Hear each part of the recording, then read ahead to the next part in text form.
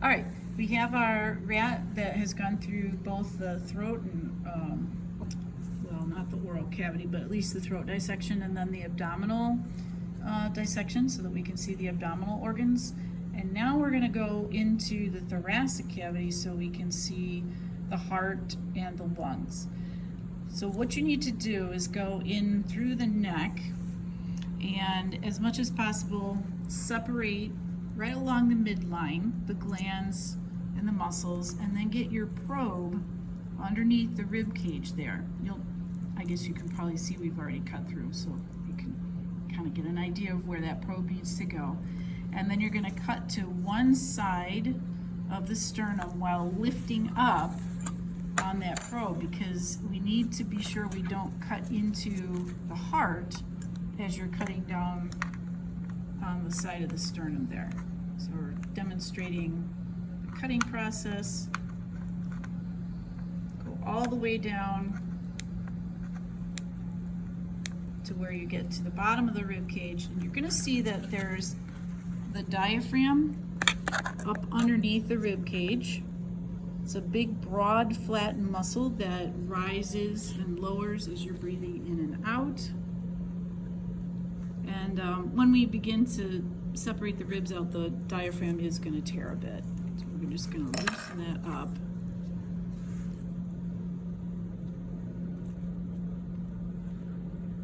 Cut it free from the rib cage.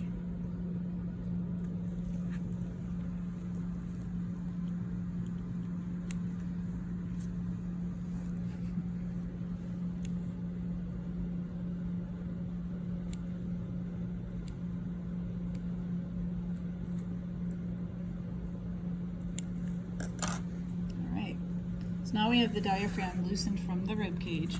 You can see a bit of, sorry, I don't have camera there. Here's the heart right there. A little bit of our pericardial sac. And on either side, this brown tissue is lung tissue. Okay. On top of the heart is the thymus gland. So we'll come back to this. We're going to give it a quick bath, and then we'll come back and continue.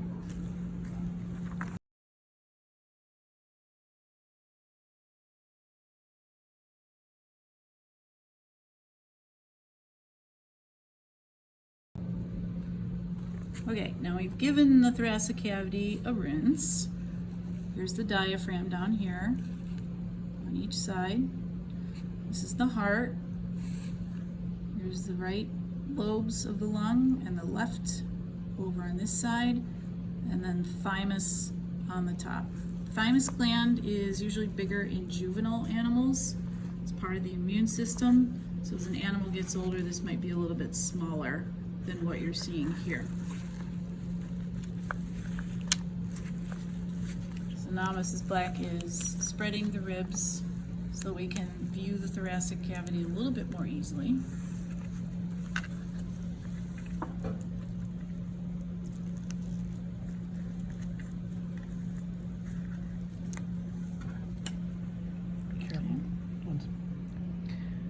You'll notice that you can now see some of the great vessels on the heart that are dyed blue for the veins and pink for the arteries. So we will get to the point where we can see the aorta coming off the top of the heart, dividing into brachiocephalic artery, and then our carotid arteries, and so on.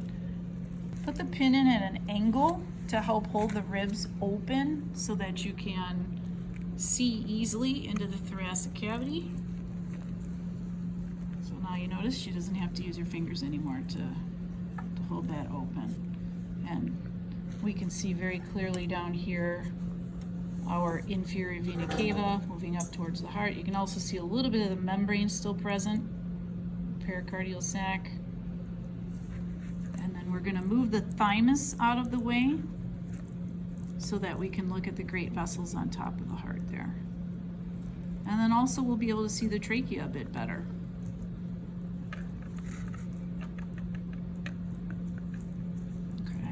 we picked a good rat to do this one. This is great.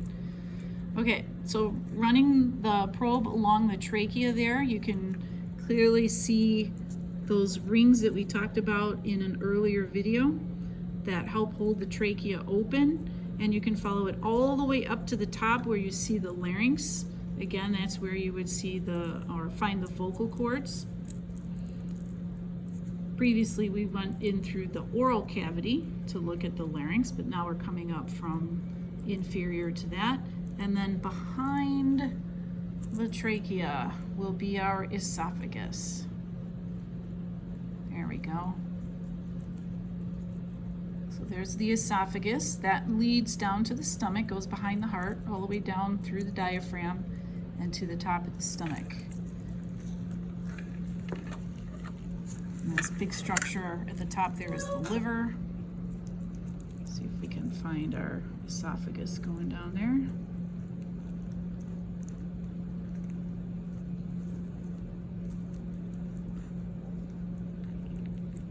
Oh, there we go. Okay.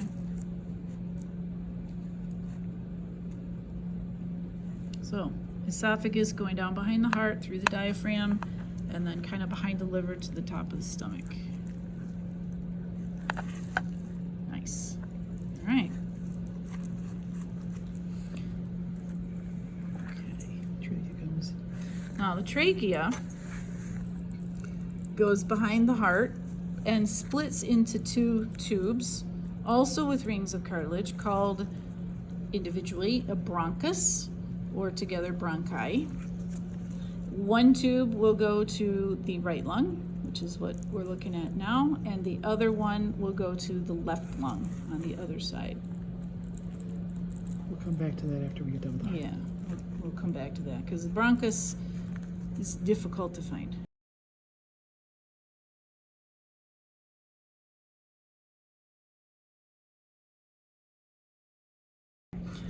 The heart, all we're going to ask you to know is that the atria are underneath our auricles.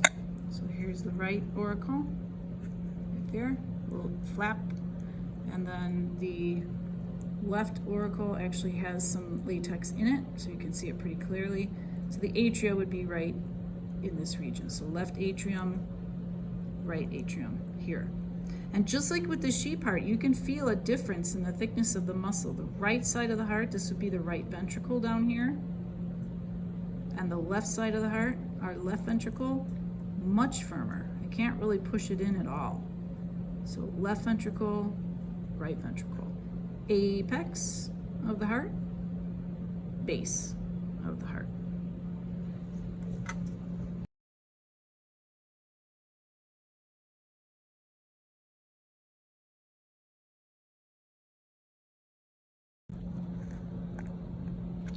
Okay, we've dissected out the bronchi.